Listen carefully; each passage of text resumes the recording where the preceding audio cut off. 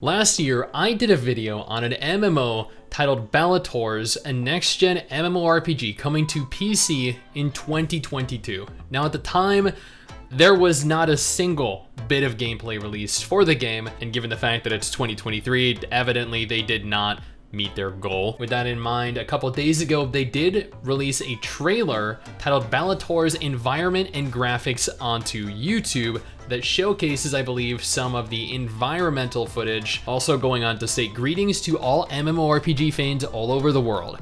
Bellatores is pleased to welcome you to our world. It is a wonderful natural environment full of beauty and fantasy where various creatures coexist. Here in this seamlessly connected world, we wish you and your house an amazing adventure. At Bellatores, we hope you experience vivid adventures as if you were really living in a medieval world. This is the ultimate medieval warfare MMO. And while they do actually have an official website up with a little bit of information that we'll go over in just a little bit, I do want to take a look at their environmental footage because they do state it is a medieval MMO. And at the same time, it's Asian. It's an Asian-inspired medieval MMO. So I guess something akin to like Black Desert Online.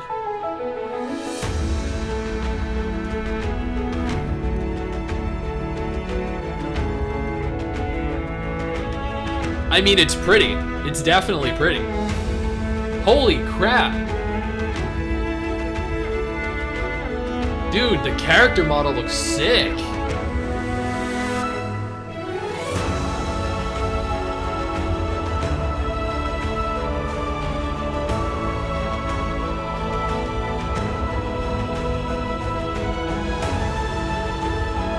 Oh my god, that actually looks so freaking good.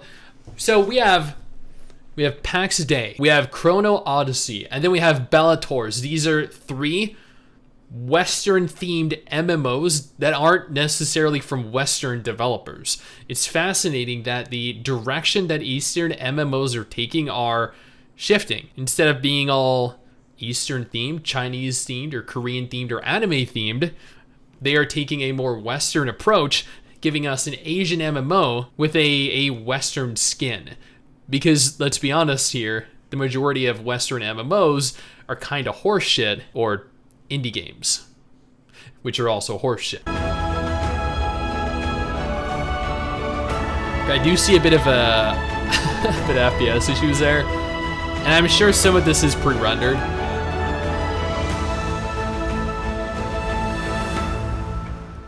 But dude, that actually looked so sick.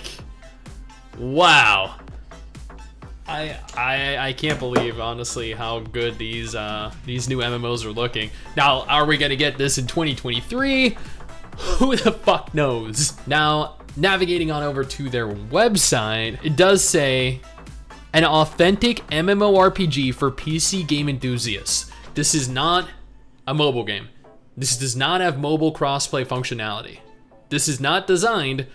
This is not available for mobile. Now that we have that out of the way, let's continue on and see what the game has to offer. So, there's some lore, some nice pictures. Okay, cool. It's a world view.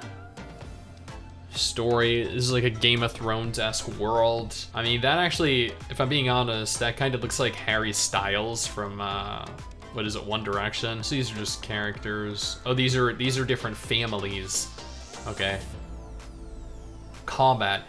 Creative and strategic combat.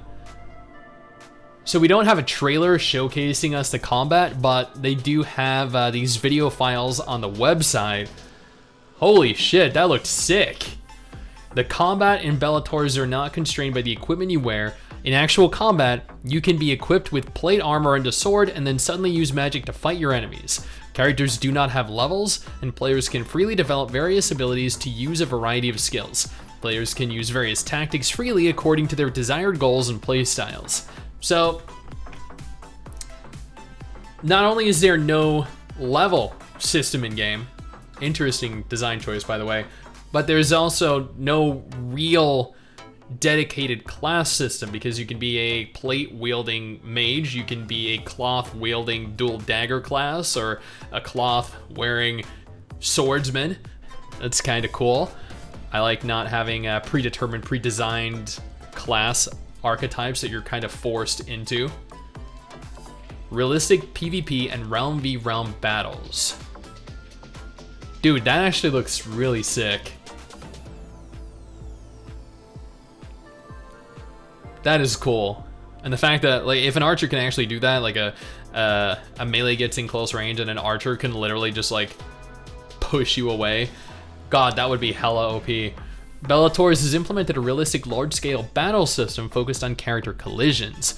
Provides fun to use various tactics to maintain or destroy dense battle lines during large group battles. Players can experience realistic and multi-dimensional combat by using various weapons and performing diverse actions, such as utilizing cover and evasion with obstacles. So kind of taking inspiration from like first-person or third-person shooters, and so that you can actually utilize cover to your advantage strategically to gain an upper hand, to avoid, I don't know, mages or archers, which means that the combat is evidently going to be action oriented, because if you're capable of utilizing cover to avoid abilities, they're going to need to actually aim them at you. Otherwise, they would likely pass through the object, which has been done countless times in MMOs before. Massive group battles against giant monsters. I know people are immediately going to be like, oh my god, there's a giant monster. This is a Monster Hunter clone. But no. Well, that actually looks sick in it. That is definitely 100% pre-rendered, but that'd be sick though if there were things like that, like siege battles that took place where you're like trying to take down or take over a giant kingdom, and then out of nowhere these like dynamic events spawn, or dynamic monsters just kind of like swoop in and absolutely fuck you up. Dude. But I'm asking for a lot from an MMO. Various giant monsters appear in the continent of Etheria.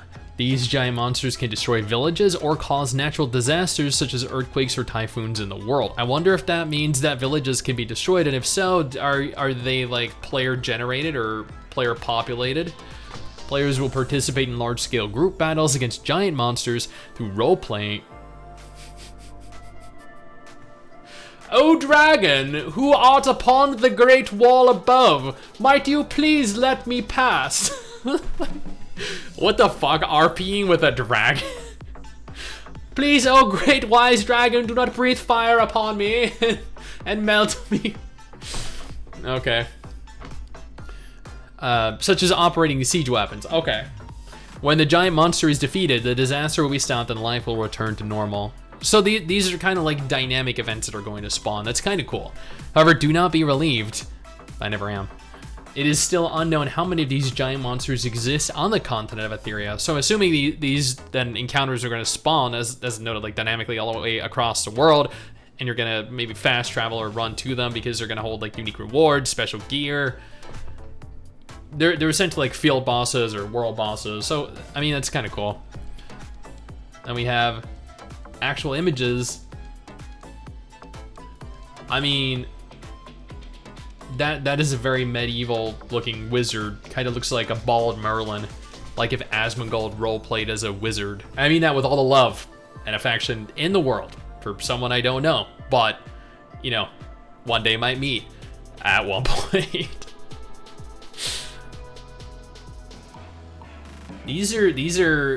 This actually, it kind of reminds me a little bit of New World. But, you know, not entirely, because I feel like it still looks very different. It kind of reminds me of, like, if New World were, like, melded with like, something like Black Desert Online. Because I feel like this looks much more, I don't know, like, the flora, the fauna kind of look more dense than in New World. New World looked at, I don't know how to explain it. It kind of, the scenery, the graphical engine, the style reminds me of New World. And the scenery, dude, that is actually fucking beautiful. Wow. This could very well be You know, like what New World could have been or should have been. Or it could be absolute utter trash, who knows. But I will remain positive. I will,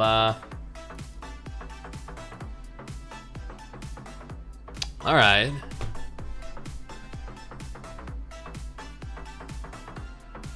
I like that the chat's kind of small down the side. I hate it when chats are large and obscure a large portion of the screen. I can see they are taking a very Western approach to this. That's quite the extensive weapon system. This definitely reminds me of New World. Like not entirely, but I'm sure you guys are getting those vibes too. I'm surprised it made so much progress with this though. Damn. This is actually impressive.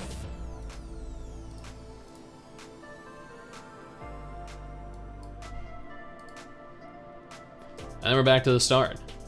And that's it. All right.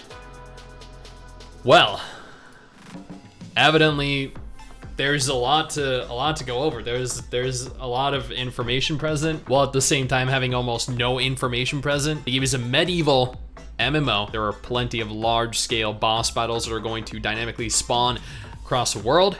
There's going to be an extensive PvP system that players are given the option to utilize forms of cover. You're not going to necessarily fit into a class archetype. There are not going to be levels in any capacity. This is a Western-themed medieval MMO. Is it going to release in 2023? Who knows?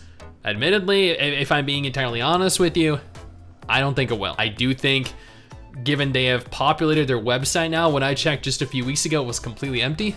Their Twitter has out of nowhere gotten incredibly active. I believe that what is probably going to happen is they're going to hold a test phase of sorts in 2023 with a release maybe in 2024. This does look really good. So does PAX Day, so does Chrono Odyssey. It's honestly kind of cool that we're getting so many Asian MMOs that look and feel like Western MMOs. This is a direction I can totally get behind. Now, if Bellatores isn't your kind of game, absolutely no problem.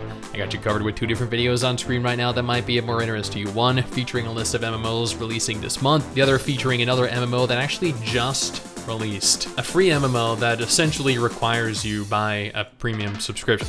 Go check that out. It is honestly impossible to summarize.